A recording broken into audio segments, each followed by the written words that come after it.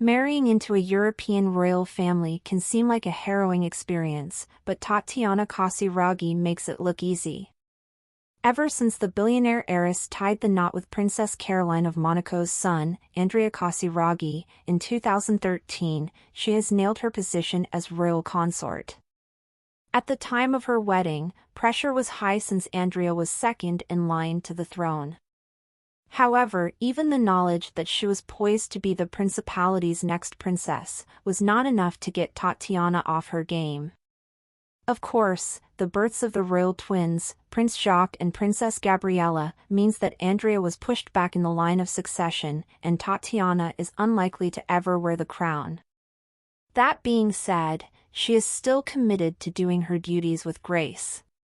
You can often spot her perched on the balcony of the Prince's Palace of Monaco, holding one of her 3 children and smiling by her husband's side. Indeed, the brunette beauty seems to understand that her role as a more minor member of the royal family is to show subtle elegance, without ever breaking protocol. Nonetheless, as discreet as Tatiana may be in her royal role, the gorgeous socialite also knows how to make her mark on the rest of the world. As a recognized fashionista, successful entrepreneur, and seasoned traveler, Tatiana is not afraid to reach for the stars. And, thanks to her go-getter attitude, we will likely see more of Tatiana moving forward. On November 24, 1983, Tatiana Casiraghi, née Santo Domingo, was born in New York, New York. While her family was not even remotely aristocratic in the European sense of the word, this barely mattered. Tatiana's father, Julio Santo Domingo, was the oldest son of a Colombian business tycoon of the same name. This means that Tatiana's grandfather was the ever-impressive Julio Mario Santo Domingo, who made his fortune on Bavaria brand beers. Of course, this was not Santo Domingo's only business venture. Over the years, he owned the Colombian national airline, Avianca, the local radio station Caracol Radio, and tons of real estate. This diversification of assets allowed him to build an empire, and what an empire it was. By the time that the patriarch died in 2011, his net worth was estimated to be worth approximately $8.4 billion, per Forbes. To put these numbers into perspective, on the day of his death, Santo Domingo was even wealthier than Steve Jobs, who passed away that same year. In that sense, Tatiana experienced a very privileged childhood. While her own father focused on running the family business, her mother, Vera Richolski, was huge on the NYC social scene. On one occasion, Richolski's bathroom renovations were so luxurious that they even made it into the New York Times. At the time, the socialite told the outlet that she designed the tub to have a misty view of the Empire State Building. Although Tatiana Casiraghi is probably most associated with her father's Colombian heritage, the stunning royal consort also has strong ties to Brazil. In fact, her mother, Vera Richolski, is considered one of the most stunning Brazilian socialites out there, meaning that Tatiana was raised with a deep understanding of cultura brasileira. What's more, Tatiana is also part Brazilian on her father's side. Her paternal grandmother was Ideala Braga, a carioca socialite who was once deemed by Daslu one of the most elegant Rio de Janeiro women of her time. In that sense, Tatiana's connection to the South American country runs deep, and even her interviews show it. Speaking to the popular health and well-being blog, Bonberry, in 2013, Tatiana revealed just how the culture of her mother and grandmothers continues to impact her life. At one point during the interview, the heiress was asked what she likes to eat when sick. Her response? Rice and beans, the Brazilian national dish. Interestingly, though, Tatiana does not simply enjoy Brazilian culture, she also seeks to support citizens of the developing country. As Tatiana's business partner, Dana Alicani, told Because, a huge facet of the heiress' own work focuses on empowering women in the slums of São Paulo. As part of their jointly owned fashion brand, Muzunga sisters, Dana and Tatiana sell a clutch that is handwoven and crocheted by a non-profit women's organization that trains women from low-income urban communities, called favelas. Perhaps because of these strong ties to Colombia and Brazil alike, Tatiana Casiraghi was raised with a very international mindset. She was surrounded by people from all over the world, both inside and outside her home. Over the course of her childhood, Tatiana traveled extensively with her parents. In addition, she went to the prestigious Le Rosey boarding school in Switzerland, where she rubbed shoulders with other wealthy kids from across the world. Through these sorts of experiences, Tatiana was able to master fluency in several languages, including Portuguese, English, Spanish, French, and Italian. Although Tatiana probably enjoyed her time at Le Rosey, most alums recall their years nestled in the snow-capped mountains near Gstaad as some of the best of their lives. She did not remain at that school forever. The reason for this might have had something to do with the institution's reputation for being relatively laid back, in terms of academic rigor.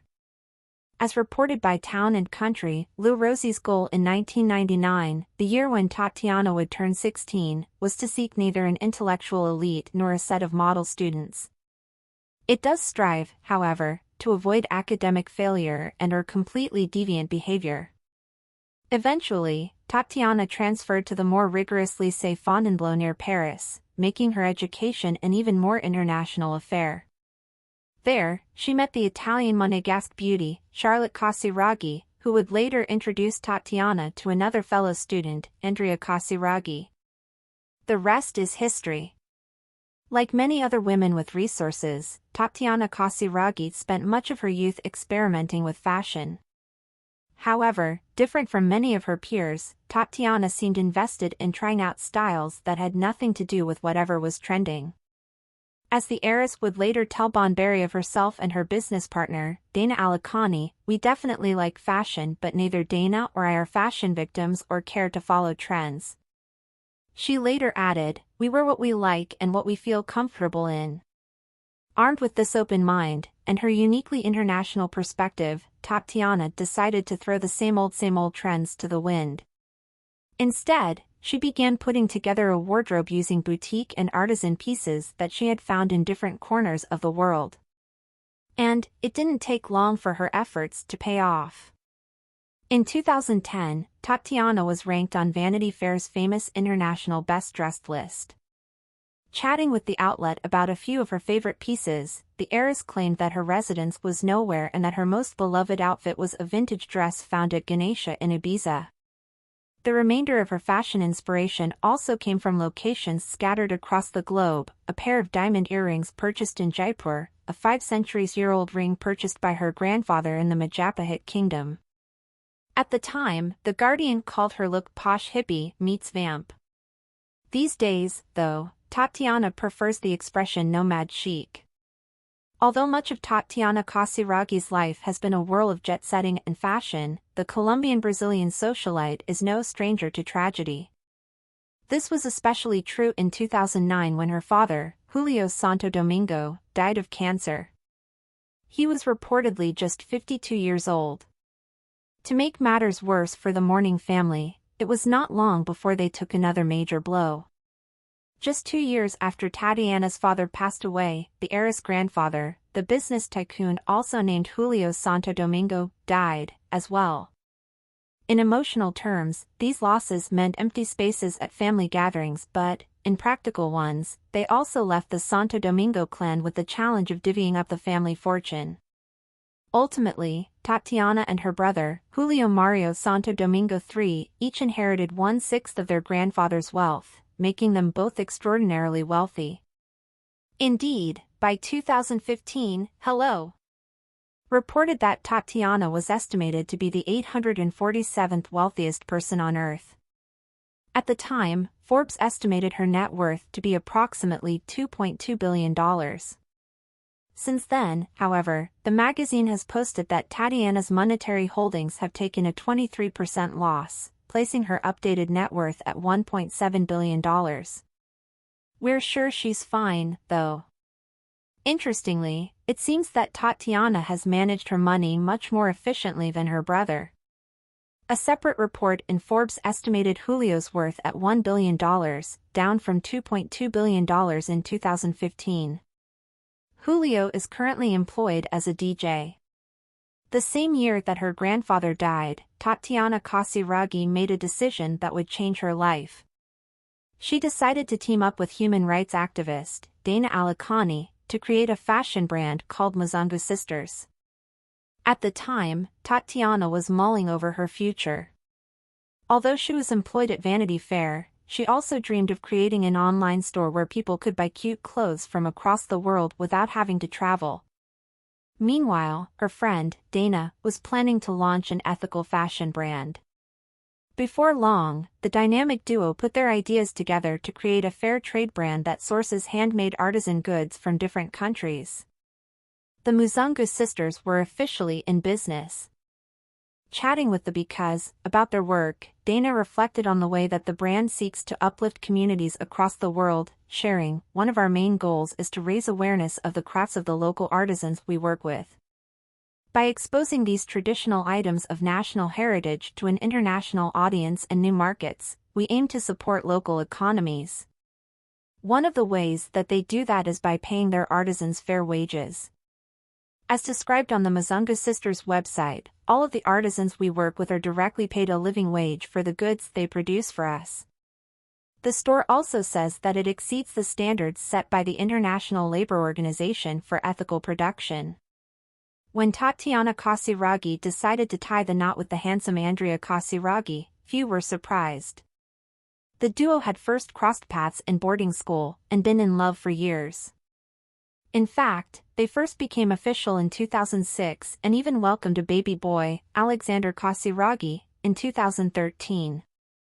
Because of this, when Tatiana and Andrea decided to make their relationship legal just a few months after their son was born, both of their families seemed supportive. What was surprising, though, was that Tatiana and Andrea did not have one wedding, but two. Indeed, the attractive young couple first wed in a civil ceremony that took place at the Princess Palace of Monaco in August 2013.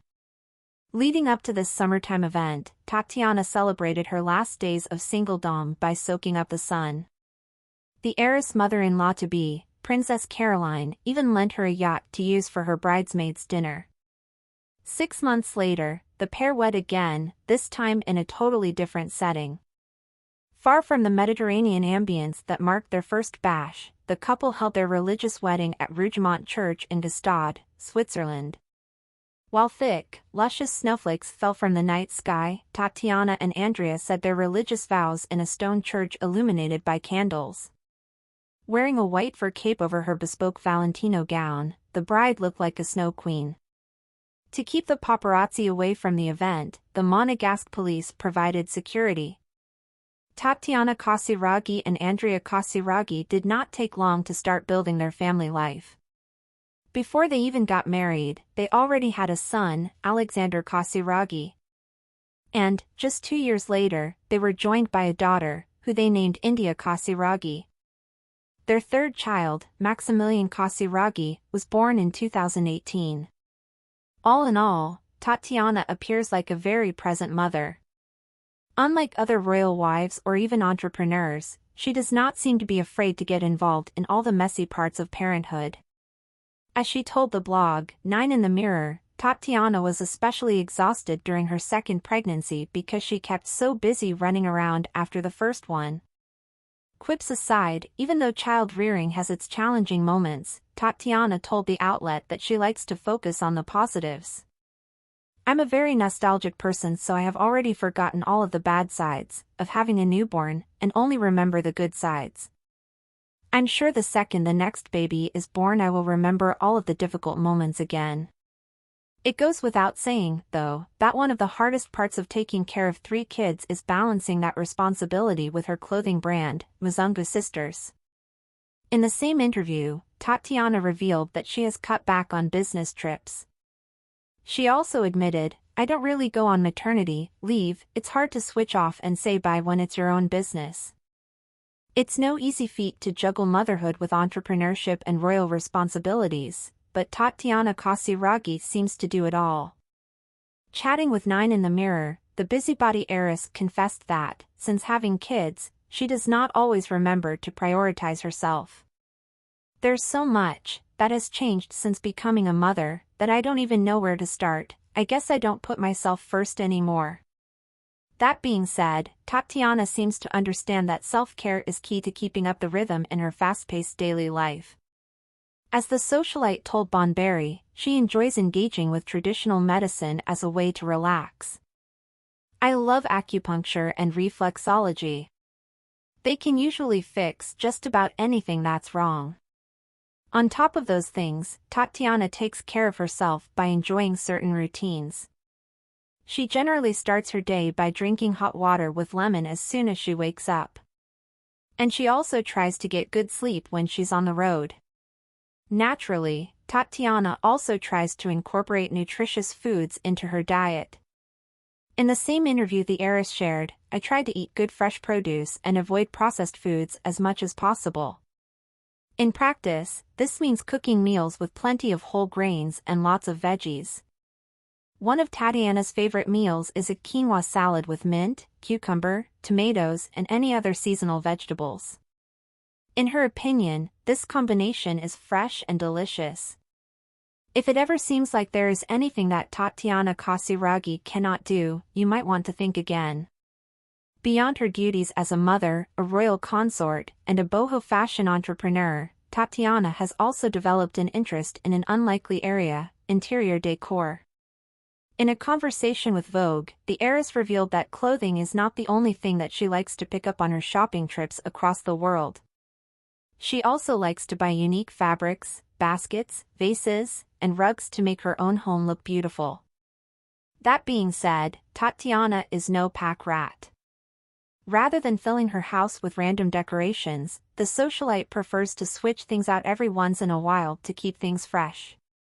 In practice, this might mean trading out one set of pillows for another, or even reupholstering her furniture. At the end of the day, these changes have the capacity to transform the inside of her house without fundamentally upending the space. Interestingly, Tatiana is not a huge fan of anything that looks too perfect, and her mother-in-law agrees. Apparently, the ever-elusive Princess Caroline does not like it when a room looks like it came straight out of a catalog. As Tatiana told Vogue, "My mother-in-law says you need une faute de mauvaise goût, an error of taste so to speak, for a house to look good." Tatiana seems to walk this line perfectly.